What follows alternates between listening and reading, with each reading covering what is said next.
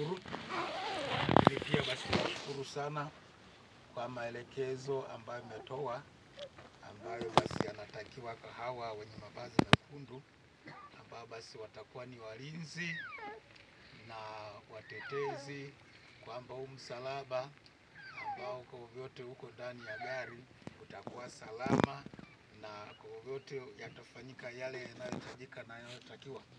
Isije katokea chochote kwa msalaba au pengine ukapotea, alafu baadaye tutakuwa tumevuruga kila kitu. Maana inaweza katokea kwamba tunahakikisha kwamba umetukabidhi msalaba ukiwa salama salimini, na hata sisi tutajitahidi kuulinda na kuutunza mpaka pale tutakapokuwa tunakabidhi parokia tena jirani kadiri ya maelekezo ya ratiba ile ya jimbo. Tunawashukuru sana nyote, ule paroko pamoja na kamati kuu ya parokia, halmashauri, alafu baadaye makatekista na wale kamati kuu za vigango. Basi tunawashukuru sana, tukabidhi sana. Basi tunachotakiwa mtuombee kusudi mambo yaweze kwenda vizuri. Kitu rahisi hivi lakini kina uzito wake.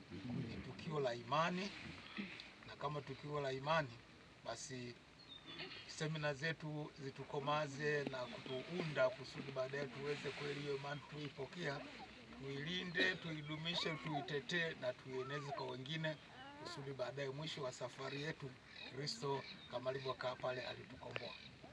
Lakini baadaye alipa maelekezo ya kuishi sasa katika safari yetu ya kumwendea Mwenyezi Mungu, tukitumia mazingira na vile vyote vilivyoumbwa, lakini pia tukiwa na mahusiano mazuri na wenzetu, na tukitimiza mapaswa na wajibu wetu kama watu tunaosafiri. Asante sana. Hafla mwisho tu kama kwa nyongeza, yule atakayekuwa nabeba msalaba daima ni bega la kulia, alafu sanamu inatazama upande wa kulia, mkono wa kushoto unakuwa chini na mkono wa kulia ni juu.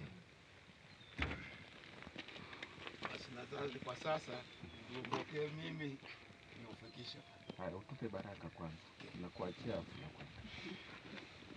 Kwa jina la Baba na la Mwana na Roho Mtakatifu. Amina.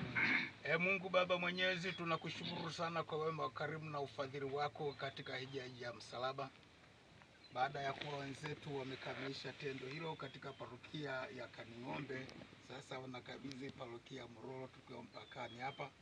Tunakuomba Bwana wabariki, waweze kusafiri na kurudi salama salimini. Baada ya kutekeleza utume huo waweze kuendelea na shughuli zao za kawaida. Na sisi tunaopokea msalaba basi tujalie tuweze kuwa salama kiroho, kiakili, kimwili na kisaikolojia, na pia kimahusiano, ili hija hii ya msalaba katika parokia tunayoanza iweze kweli kufanyika salama salimini, na tuweze kupata manufaa yale ambayo kwayo tunapasika kuyapata, ili tuweze kuimarika zaidi katika kutumikia. Bwana awe nanyi, nawe rohoni mwako. Wabariki Mungu Mwenyezi, Baba na Mwana na Roho Mtakatifu. Amina. Basi ni wenzetu mnaorudi, tunatokea safari njema, sisi tunaoanza basi. Mungu Mwenyezi Mungu